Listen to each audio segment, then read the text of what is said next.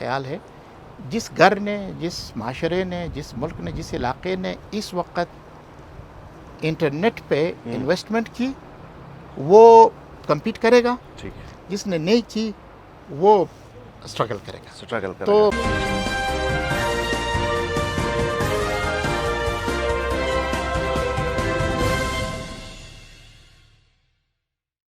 السلام علیکم ناظرین، آپ دیکھ رہے ہیں گلگت ٹی وی اور میں ہوں شبیر میر.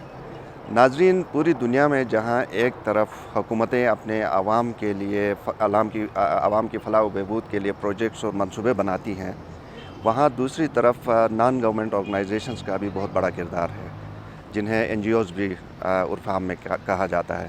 پاکستان میں اور گلگت بلتستان میں این جی اوز کے حوالے سے آغا خان ڈیولپمنٹ نیٹ ورک کا نام کسی تعارف کا محتاج نہیں ہے. بہت زیادہ کام اور تمام ویلیز کے اندر تقریباً اے کے ڈی این کے کام موجود ہیں. اے کے ڈی این یا این جی اوز کا کام پلس گورنمنٹ کا کام کتنا مختلف ہے، کیا کچھ یہاں پہ ہوتا ہے، آج ہم نے اس سلسلے میں بات کرنے کے لیے زحمت دی ہے اے کے آر ایس پی کے سابق جنرل مینیجر مظفر الدین صاحب کو. آج کل اے کے آر ایس پی سے غالباً باہر ہیں، کچھ کنسلٹنسیز وغیرہ کر رہے ہیں، کچھ اپنا کام کر رہے ہیں اور کیا کچھ کر رہے ہیں. آج ہم ان سے یہ جاننے کی کوشش کریں گے. بہت شکریہ مظفر صاحب آپ کے ٹائم کا، آپ یہاں پہ آئے. سب سے پہلے میں یہ جاننا چاہوں گا کہ آپ کا نیشنل انٹرنیشنل دونوں ایکسپوجر ہے، آپ نے باہر کے ممالک میں کام کیا، تو یہ ہمیں بتائیے ہمارے ناظرین کے لیے کہ ڈفرینس کتنا ہے پاکستان میں کام کرنے کا اور باہر جہاں پہ آپ کام کر کے آئیں. بہت بہت شکریہ، مجھے آپ نے یہ موقع دیا. میرے خیال میں سب سے پہلے تو بہت بہت مہربانی کی آپ نے. یہ جو آپ کا انیشیٹو ہے، چینل ہے، اس میں آپ نے سول سوسائٹی کا رول کو بھی ایک جگہ دی ہے جو میرے خیال میں گروئنگ ہے اور دنیا میں اس کے بڑے بنیادی طور پر ایک رول آ رہا ہے. میرا جو تجربہ ہے، کیونکہ میں نے جتنا پاکستان میں انٹرنیشنلی کام کی ہے وہ ایسے ملکوں میں کام کی ہے جہاں پر انڈر ڈیولپڈ ہے یا وہاں پر ترقی کے مسائل ہے. ایک دو ممالک ذرا ان کے نام بھی افغانستان ہے یا بنگلہ دیش ہے، اس طرح کے ملکوں میں ہم نے کام کی ہے. بے شک اے کے ڈی این جو ہے تقریباً کوئی 30 ممالک میں کام کرتا ہے. وہ ایکسپوجر آپ کو ملتا ہے کہ آپ دنیا کے مختلف ممالک میں کیا کیا ہو رہا ہے، وہ آپ کو معلومات ہوتی ہے.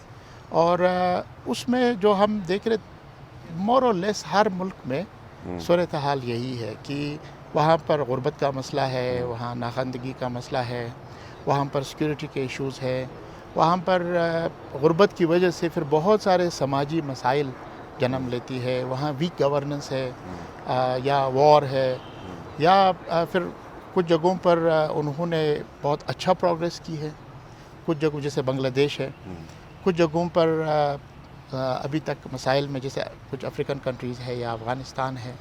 تو یہ پاکستان کے مناسبت سے اگر ان کو کمپیئر کریں تو تقریباً مور اور لیس ایک جیسے ہیں. لیکن اگر ہم گلگت بلتستان کو دیکھیں تو گلگت بلتستان کا ٹوپوگرافی جو ہے وہ زیادہ تر یہ سینٹرل ایشین، جس میں افغانستان کا ناردرن پارٹ ہو گیا یا تاجکستان ہو گیا، کرغزستان ہو گیا، ان کے زیادہ ملتے ہیں. تو ہم ان کے ساتھ ہم کمپیئر کرتے ہیں تو تقریباً ہم اور وہ ایک جیسے ہیں. بے شک جو وہاں پر پہلے حکومتیں تھیں ان کا رول کیا رہا ہے، وہ کافی خصوصاً انفراسٹرکچر میں وہ بڑا رول پلے. مور اور لیس چیلنجز سیم ہیں، ہم کہہ سکتے ہیں کہ جہاں بھی آپ کام کر رہے ہیں ڈیولپمنٹ سیکٹر کے اندر ایک طور پہ تو اہم ہے. لیکن جیسے میں نے کہا کہ کچھ جو ملک ہے، جیسے فرض کریں تاجکستان کو لے لے تو تاجکستان میں جب وہ فیڈریشن کا حصہ تھا یا یو ایس ایس آر کا حصہ تھا، تو وہاں پر انہوں نے جو انفراسٹرکچر ہے یا سوشل سیکٹر پہ بڑی انویسٹمنٹ کی ہے. مثال کے طور پر وہاں کے لوگ جو ہے بڑے ایجوکیٹڈ ہیں، ویل تھاٹ ایجوکیٹڈ ہے، سائنٹیفک اس میں بھی. یا وہاں پر روڈ جو ارلی انفراسٹرکچر تھے وہ بڑے اچھے ہیں، یا ان کا جو صحت کے انفراسٹرکچرس ہیں وہ بڑے دور دراز تک ملے ہوئے ہیں. تو یہ تقریباً ڈفرینس تو ہے. صحیح. تو اے کے ڈی این کا یہاں گلگت بلتستان میں تقریباً، میں ایگزیکٹ فگر آپ مجھے کریکٹ کریں، کوئی 4 دہائیوں سے تو کام کر رہا ہے اے کے آر ایس پی کی شکل میں. تو کیا اچیومنٹس آپ سمجھتے ہیں سب سے بڑا اچیومنٹ کیا ہے، دوسرے نمبر پہ کیا ہے، ایک دو اگر آپ بتا دیں. اے کے ڈی این جو آغا خان ڈیولپمنٹ نیٹ ورک ہے، اس کے تقریباً کوئی پاکستان میں کوئی 1 درجن ادارے کام کر رہے ہیں. بالکل ٹھیک. جس میں کچھ جو ہے نا فار پروفٹ ہے، کچھ ناٹ فار پروفٹ ہے. ٹھیک. فار پروفٹ میں ایک ARSP جیسا آپ کو نظر آتا ہے، یا ہیلتھ ہے، ایجوکیشن سروس ہے، یا آخان یونیورسٹی ہے. ناٹ فار پروفٹ میں پھر جیسے ٹورزم کا سرینا ہے، یا انڈسٹریل پروموشن ہے، اور بھی فائنینشیل انسٹیٹیوشنس ہے، جیسے ابھی انہوں نے HBL میں کام کی ہے، انویسٹ کی ہے، HBL ہے. میرا جو گلگت بلتستان میں اگر دیکھا جائے تو دو بڑے اہم کام ہوئے ہیں. ایک میں اس کو کہوں گا کہ وہ ہے سب سے پہلے جس ادارے نے یہاں بڑا بنیاد پہ کام کی ہے، وہ آخان ایجوکیشن سروس یا ڈائمنڈ جبلی اسکول سے. صحیح. آخان ایجوکیشن سروس ابھی کی بات یہ کہاں سے آنورڈ تھا؟ یہ تقریباً 40 کے بعد جب آخان تھرڈ کا ڈائمنڈ جبلی ہوا تو اس نے اپنے پھر ڈائمنڈ جبلی کے پیسے یہاں انویسٹ کیے ہیں کہ آپ بچوں کو تعلیم دیں، خصوصاً بچیوں کو. ایک تو یہ ایک بڑی میں کہوں گا کہ اس نے ایک رول ماڈل کریٹ کیا ہے. لوگوں نے پھر دوسرے لوگوں نے دیکھا دیکھی پھر بچیوں کی تعلیم میں انویسٹ کرنا، پرائیویٹ سیکٹر میں اسکول بنانا، یہ سارا انہوں نے سیکھا. دوسرا ایک ہمہ جہت پروگرام جو آیا ہے وہ ایک ARSP نے لایا. باقی کیونکہ زیادہ تر وہ جہاں اسماعیلی کنسنٹریٹڈ تھے وہاں پر انہوں نے کام کی ہے، بے شک اس کے آس پاس جو بھی کمیونٹیز تھے ان کو سروس دی ہے. لیکن ایک جس کو ہم کمپریہنسو کہتے ہیں یا ہمہ جہت ہے، وہ ایک ARSP نے یہاں شروع. اور ایک ARSP نے ایک بہت ہی نیا تصور آف گورننس دی ہے. وہ یہ کہا ہے کہ جب تک گراس روٹ لیول کے لوگ لیڈر نہ بنے، اپنا کام خود نہ کریں، ترقی نہیں ہو سکتی. ڈیسیجن میکنگ میں جب تک شامل جی نہ جی جی اور نہیں ڈیسیجن میکنگ میں شامل ہے، خود ڈیسیجن میکنگ بھی ہو اور امپلیمنٹ بھی کرے. ٹھیک ہے. یہ بڑا ایک نیا سوشل کانٹریکٹنگ انہوں نے دیا ہے. وہ کیونکہ ہسٹوریکلی ہمارے ہاں یا پوری دنیا میں ایک ماڈل یہ ہے کہ بھئی جو پہلے سے جس کو ہم اشرافیہ کہتے ہیں یا جو بھی ہے، وہ لوگ ہی بہتر ڈیسیجن کر سکتے تھے. اور اسی ماڈل کو ہم مختلف اس میں ڈالتے ہوئے یہاں لائے ہیں. انہوں نے یہ ایک بہت بڑا تبدیلی کی بات کی. بے شک ہم اس کو لوگوں کو تو یہ نظر آتا ہے کہ ایک ARSP نے روڈز کے معاملے میں یا مائکرو فنانس، لیکن جو یہ شعور والا ہے، گراس روٹ سے لوگ نکلے ہیں. اور میرے خیال میں آپ نے دیکھا ہوگا کہ زیادہ تر جو ہمارے اسمبلی میں ایک ARSP کے ایکس کولیگز تھے یا ہمارے ایکٹیوسٹس تھے، خصوصاً خواتین میں زیادہ تر وہی لوگ آئے ہیں. تو یہ ایک اچھی اس کی نشانی ہے. آپ نے اشرافیہ کی بات کی. ایک تاثر یہ بھی ہے کہ جو گلگت بلتستان میں ایکیڈین نیٹ ورک کے اوپر اشرافیہ ڈومیننٹ ہے، مطلب other then those who are in Gilgit Baltistan, Karachi سے وہ مراد لیتے ہیں. یہ گورننس کے ایشو ہے. میرے خیال میں یہ بہت سارے اداروں میں آتے ہیں، اور ایکیڈین کیونکہ ایک ایوالونگ ادارہ ہے، اور فارچونیٹلی انفارچونیٹلی یہ ہے، یہ معذرت ایوالونگ کیا ہم اس کو کہہ سکتے ہیں، کیونکہ ایک طویل عرصہ تو گزرا ہے. بالکل. یہ اس میں میرے خیال میں زائنس کا ایک انٹرسٹنگ وہ ویژن ہے کہ یہ جو ادارے ہیں نا، یہ بھی ہیومن کی طرح ہے. یہ بھی ایوالو کرتے ہیں، یہ گرو کرتے ہیں، پھر اس میں مسئلے آتے ہیں، یہ ڈاؤن فال بھی ہوتے ہیں، یہ بزرگ بھی ہوتے ہیں، نوجوان بھی ہوتے ہیں. تو اس کا جو بنیادی فیکٹر ہے وہ یہ ہے کہ کیونکہ جو اسماعیلی کمیونٹیز ہے جس کے گورننس میں زیادہ تر یہ لوگ آتے ہیں، وہ پہلے ارلی ایجوکیٹڈ لوگ ساؤتھ کے تھے، تو وہ اس میں زیادہ گورننس میں آئے. لیکن انہوں نے ان کی کمٹمنٹ پہ کوئی وہ نہیں ہے. لیکن ایک جو ان کو ہمیشہ سیٹ بیک رہتا ہے کہ وہ اس کے حالات اور اس کے کلچر کو سمجھنے میں ان کو کافی دقتیں ہوتی ہیں. صحیح. اویئرنیس کے حوالے سے جیسے آپ نے بات کی کہ ایکیڈین نے یا ایک ARSP نے اویئرنیس دی ہے، بہت بڑی اچیومنٹ. لیکن یہ اویئرنیس ہمیں نظر نہیں آتی ہے جب ہم یہ دیکھتے ہیں کہ ایک طبقہ ڈسگرنٹلڈ ہے، وہ کہتا ہے کہ پورے ہنزہ میں آپ کو کوئی اچھا ہاسپٹل نہیں ملے گا، پورے ہنزہ میں آپ کو بجلی نہیں ملے گی. اس طرح کے بہت سے جو ان کے گلے شکوے ہیں. تو یہ اویئرنیس ادھر کمپنسیٹ کیوں نہیں کر رہی ہے، ٹرانسلیٹ نہیں کر رہی؟ ہاں، یہ میرے خیال میں اس کا جو آپ نے اس کا سوال جو لنک کیا نا، وہ کچھ چیزیں جیسا آپ نے پہلے کہا تھا، کچھ چیزیں جو ہے وہ سول سوسائٹی کر سکتا ہے. صحیح. اور کچھ چیزیں اسٹیٹ کا کام ہے. سول سوسائٹی بنیادی طور پر اسٹیٹ کو سپلیمنٹ کرنے کے لیے آتے ہیں. ٹھیک ہے. یا جو کام اسٹیٹ نہیں کر سکتا ہے وہ سول سوسائٹی کر سکتا ہے. یہ فل کرنے کے لیے. مثال کے طور پر ایک بہت ہم ایک ARSP میں یہ مثال دیتے ہیں کہ ہمارا جو گورننس اسٹرکچر ہے، ایک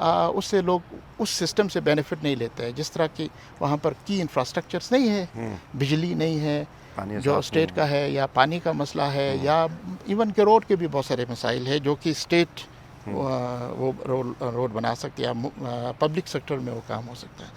تو یہ میرے خیال میں اب لوگوں کو اس طرف لانے کے لیے ہم ایک پروسیس چلاتے تھے پولیٹیکل پارٹیسپیشن کا لوگوں سے نا.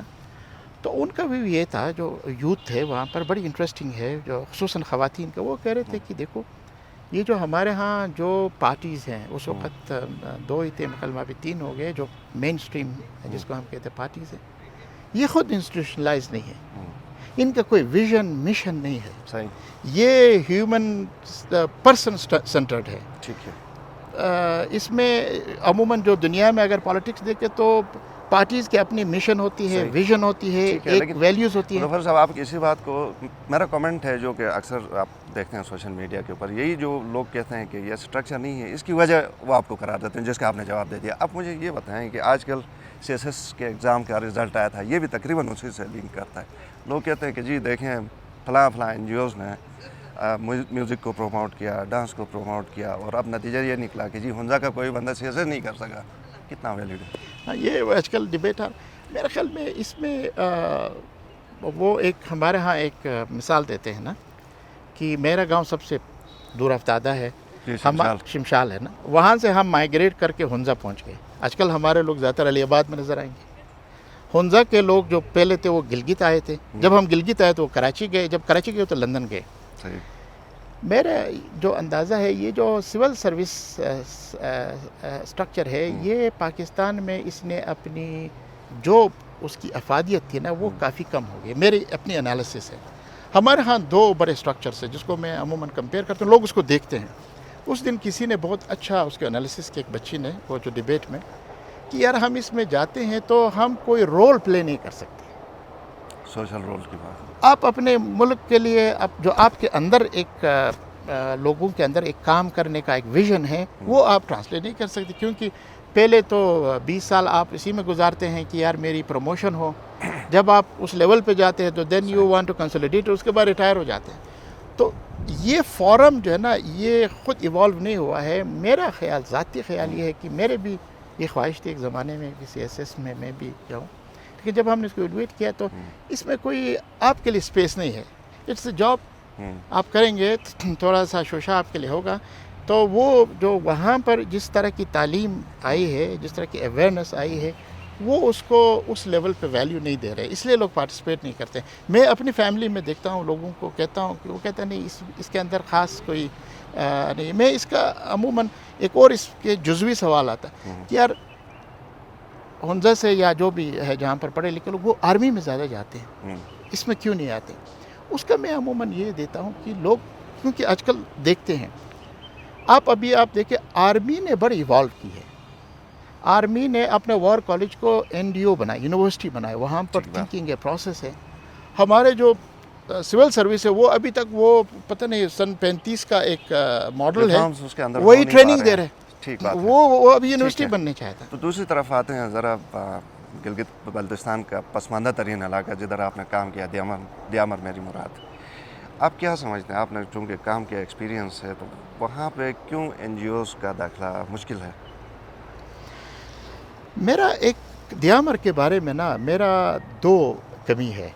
وہ کسی مشن کے اندر ہی ہو سکتا ہے, مشن کے اندر. ٹھیک ہے. باقی وہ سب سے پہلے اس میں جو ایک مسئلہ ہے کہ وہاں ایجوکیشن پہ ابھی تک کوئی گراس روٹ لیول پہ انویسٹمنٹ نہیں ہوئی. آپ جو بھی کریں, ہم نے یہ دیکھا ہے, مثال کے طور پر جب ایک RSP پہلے آئے تو بلتستان ہو, نگر ہو, کچھ ایسے جگہوں پر اس کو زیادہ پہلے مسئلے آئے. جب وہ پڑھے لکھے انہوں نے اسکولوں میں انویسٹ کی تو آپ دیکھیں گے اب کتنے سپیڈ ان کی ڈیولپمنٹ پیس جو ہے نا وہ بہت تیز ہو گئی. تو دیامر میں جو پہلا مسئلہ ہے وہ انویسٹ کرنی چاہیے ایجوکیشن پہ. یہ اسٹیٹ کی طرف سے, بالکل یہ اسٹیٹ کی طرف ہے, یا سول سوسائٹی بھی مل کے. یہ ایک ماس لیول پر, جب تک ماس لیول ایجوکیشن پرائمری تک 100% لوگ نہ پڑھیں, یہ آگے نہیں جا سکتے.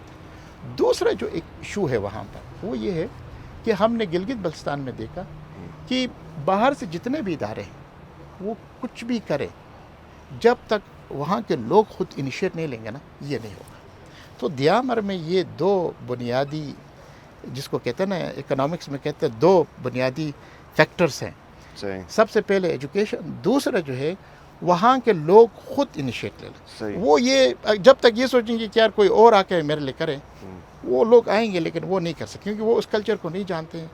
آپ اپنے اس سے خود آئیں گے، دے ٹیک انیشیٹو، باقی لوگ بھی ان کی مدد کریں صحیح. گے. تو کر سکتے جیسے دیامر کے حوالے سے آپ نے بھی کہا، اور مشہور بھی یہ ہے کہ سیاسی طور پہ کافی اویئر ہیں گلگت بلتستان کے بہت سارے علاقوں کی نسبت، حتیٰ کہ ہنزا سے کمپیئر بھی کرتے ہیں جو ہمارے سوشل میڈیا کے اوپر ایکٹیو لوگ ہیں. لیکن پھر مسئلہ جو ایجوکیشن کے لیے سیلف انیشیٹو وہاں سے تو نہیں آ رہی ہیں، حالانکہ پولیٹیکل اویئرنیس اپنی جگہ ہے. تو کیا اس کو ہم یہ کہیں کہ یہ اویئرنیس کی جو کمی ہے اس کو پھر اسٹیٹ ہی کرے؟ اسٹیٹ کر سکتے. اس کے علاوہ میرے کوئی خیال میں تیسرا اس چارہ؟ کا اس کے لیے، کیونکہ یہ جو کچھ چیزیں ہوتی ہیں نا، اسٹیٹ کے مینڈیٹ ہوتا ہے بنیادی ایجوکیشن.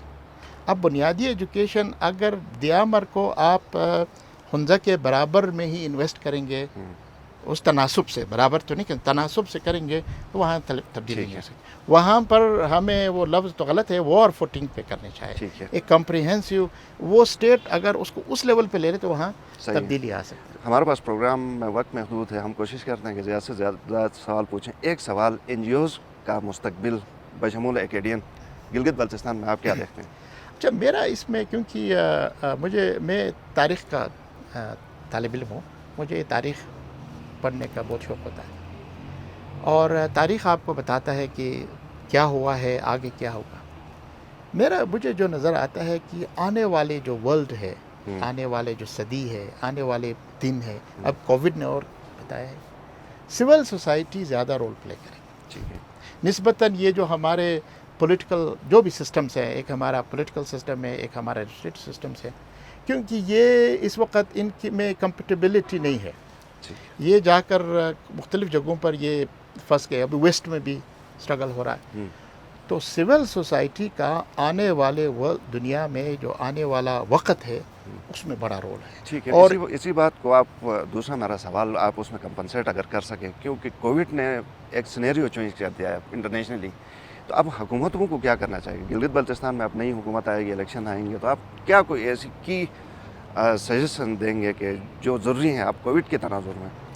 میرے خیال میں نا، یہ جو کووڈ نے ہمارے 3 بنیادی چیزوں کو فی الحال ہلایا. ابھی اور لیسن لرنڈ آ رہے ہیں. ابھی جو ہم نے بھی ایک رپورٹ بنائی پچھلے دنوں، اس پہ بیٹھ کے ہم کام کر رہے تھے، بہت سارے ہمارے کولیگ تھے، کہ گلگت بلتستان میں پوسٹ کووڈ کیا ہونا چاہیے. کیا ہونا چاہیے؟ ایک جو اس نے چینج کیا ہے وہ سپلائی چین کو ڈسرپٹ کیا. جو ہمارا ایک ٹریڈیشنل سپلائی چین ہے، جس کو ابھی ہم اس کو ٹریڈیشنل کہتے تھے، کووڈ سے پہلے ہم اس کو بڑا ماڈرن سپلائی چین کہتے، یعنی جو اس کو ہم کہتے تھے کہ کٹنگ ایج سپلائی چین. صحیح. اس کو اس نے نفی کر دیا. بالکل ٹھیک. تو سب سے پہلے وہ سپلائی چین چینج ہو گیا. دوسرا، ہمارے ہاں اکنامکس میں کچھ بیسس تھے، اس پہ اس نے سوالات اٹھائے ہیں. مثال کے طور پر ایک ہمارے ہاں یہ تھا کہ جتنا ہم ارن کریں، جتنا ہم ویلتھ جنریٹ کریں تو اس سے ترقی ہو سکتی ہے. اس نے کہا کہ نہیں، یہ نہیں ہو سکتا، کیونکہ ایک کے پاس جتنا زیادہ ہوگا، جب اس طرح کی صورتحال آئیں گے وہ کسی کی مدد نہیں ہو سکتی. سو وہ ایکول ڈسٹریبیوشن کی ایک بات آ رہی کہ یہ ہم کیسے کریں. تیسرا ایک بہت بڑا اہم سوال آیا ہے کہ یہ کووڈ نے سکھایا کہ جتنا بھی ٹاپ ڈاؤن کام کرے کچھ نہیں ہونے والا ہے until you reach at household level. یہ جو کووڈ کا مسئلہ ہے یہ گھر میں ہے، کیونکہ یہ ویلیو کا مسئلہ ہے. تو جب تک آپ گھر کو اویئر نہیں کریں گے، گھر کو اسٹرینتھن نہیں کریں گے، باقی آپ اوپر جتنا بھی انفراسٹرکچر بنے وہ نہیں چلیں گے. تو ہماری آنے والی گورنمنٹ کو میرے خیال میں جو کووڈ نے ایک ایریا کو بہت بڑا اسپیس دیا ہے، جو آئے گا وہ ہے ورچوئل انٹرنیٹ، جو ورچوئل ورلڈ ہے. جی. اگر جس ملک نے، جس معاشرے نے، یہ میرا ذاتی ہے اسٹیٹمنٹ ہے یا خیال ہے، جس گھر نے، جس معاشرے نے، جس ملک نے، جس علاقے نے اس وقت انٹرنیٹ پہ انویسٹمنٹ کی وہ کمپیٹ کرے گا. ٹھیک ہے. جس نے نہیں کی وہ